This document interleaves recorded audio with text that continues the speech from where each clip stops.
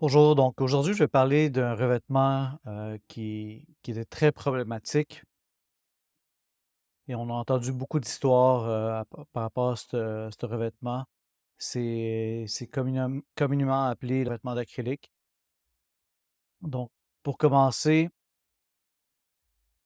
le système d'isolation extérieure avec enduit de finition, le CIF, c'est le vrai terme, le vrai nom du système. L'acrylique, c'est juste un enduit de polymère qui est installé à la surface du revêtement sur un treillis en fibre de verre normalement. Donc, il y a le mur de soutien, l'isolant en polystyrène, un treillis et un enduit très semblable au stucco qui est l'acrylique. Les anciens systèmes étaient étanchisés en surface seulement.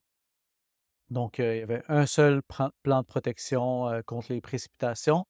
Lorsqu'il y avait des fissures visibles ou un scellant qui était détérioré, il y avait un fort risque de dommages à ce moment-là, une pourriture des panneaux de bois, une infiltration d'eau dans l'enveloppe du bâtiment, donc possible cause de pourriture, moisissure, infiltration d'eau.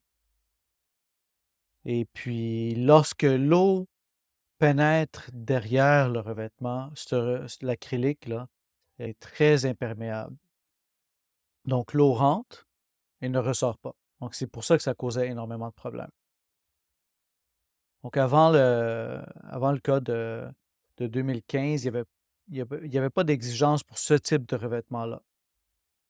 Fait que là, il y a eu une élaboration de l'ensemble des normes avec une protection par pluie, c'est-à-dire que c'est une deuxième protection. Donc, il y a le revêtement extérieur, l'acrylique, et puis après ça, s'il y a une infiltration d'eau, on veut que ce soit quand même protégé. Aujourd'hui, il y a des rainures qui sont intégrées au panneau d'isolant et les rainures doivent être continues avec les autres panneaux adjacents, bien entendu, pour que l'eau puisse circuler, puis en bas, à la base du revêtement, puis au-dessus des ouvertures, il faut qu'il y ait une moulure qui est ventilée qui permet le drainage de l'eau.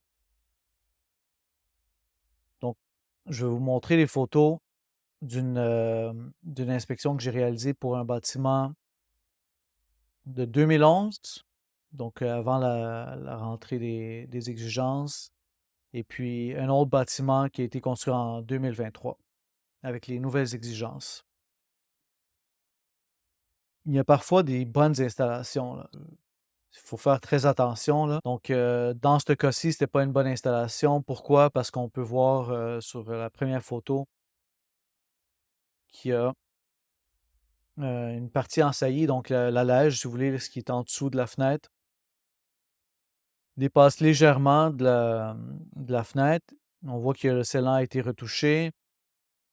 Il n'y a aucune inclinaison. Donc, même avant la rentrée de la norme en 2015, on exigeait une pente, une inclinaison les surfaces en saillie de 6%, un minimum de 6%.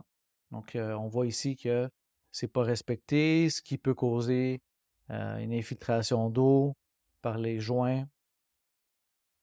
On voit ici une fissure sous la lège.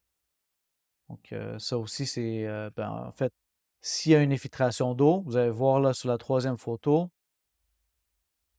il n'y a aucun espace d'air en dessous. Ouais, donc, l'eau rentre, puis elle ne ressort pas. Elle ne peut pas sortir. Sur cette quatrième photo, on voit qu'il y a des cernes brunâtres. Normalement, lorsqu'on voit ces cernes-là, c'est que le panneau, souvent c'est un panneau de copeaux de bois, il est saturé. Fait que là, il rejette l'eau, puis c'est sûr que l'eau est colorée à cause du bois. Lorsqu'on voit ça, c'est une vérification qu'on doit recommander, une ouverture. Donc, c'est des ouvertures d'exploration qui sont réalisées et des corrections, bien entendu, là, à ce moment-là. Ici, c'était une toiture adjacente, d'un petit bâtiment adjacent au bâtiment inspecté. Avec l'eau, elle s'écoulait du revêtement de toiture jusqu'au revêtement mural, constamment au même endroit. Il n'y avait pas de solin qui avait été mis, un solin de déviation vers une gouttière. Donc, il y a plusieurs correctifs qui doivent être réalisés afin de limiter le risque d'infiltration d'eau. Ensuite de ça, donc une photo 5 ici, on peut voir que ce que j'essaie de démontrer là, c'est qu'il y a entre la jonction de deux différents types de revêtements, donc l'acrylique et le parement de brique dans ce cas-ci, on peut voir qu'il y avait une inclinaison vers le mur. Donc là, il faut comprendre que le fait que le solin, la pièce de métal, elle soit inclinée vers le revêtement, ben, l'eau est toujours dirigée au même endroit. Donc, on voit un petit joint aussi en plus de ça, au bas du mur, au bas du revêtement d'acrylique. On ne met pas les chances de notre côté à ce moment-là. Puis, on risque d'avoir des infiltrations d'eau. Donc là, la prochaine partie de la vidéo, c'est une inspection que j'ai réalisée sur un nouveau bâtiment. Donc, c'est lors d'une inspection de type pré-réception. Donc, c'est le même type de revêtement, mais avec la nouvelle méthode où est-ce on a un deuxième plan de protection.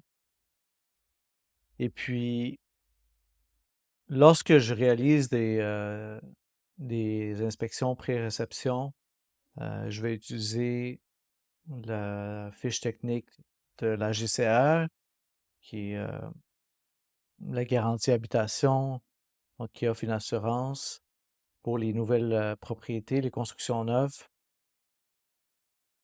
Donc, les photos que je vais vous montrer, je vais vous les comparer avec la fiche technique. Donc, la première photo que l'on voit, c'est dans le fond le revêtement qui est installé trop près du perron dans ce cas-là. Donc, près de l'entrée. On, on voit, la fiche technique indique clairement un dégagement minimum de 50 millimètres entre une partie en saillie et le revêtement, le bas du revêtement. Et c'est simple, c'est pour prévenir, dans le fond, qu'il y ait une accumulation de neige qui bloquerait l'évacuation de l'eau et limiter le risque de dommages aussi. Donc, ça. La deuxième problématique, il n'y a aucun larmier au-dessus des ouvertures comme qu'il se doit. Et puis, vous voyez le détail sur la fiche technique ensuite de ça, qui dit clairement qu'il doit avoir un dégagement entre le solin et le revêtement extérieur. Donc, ce qu'on voit, ce que l'entrepreneur a fait, c'est une ancienne technique d'installation où est-ce qu'il n'y avait pas de dégagement. Donc, à la base des fenêtres, il est censé aussi avoir un solin, un métallique, en pente, avec un larmier et arrêt d'extrémité pour permettre l'égouttement de l'eau loin du revêtement. C'est très simple à réaliser et puis ça n'a pas été fait. Donc aujourd'hui, on a les bonnes méthodes. C'est un excellent produit.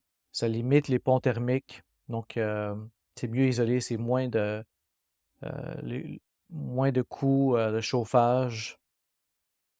Et malheureusement, comme n'importe quel autre produit, il y en a qui sont bien installés et d'autres qui ne le sont pas.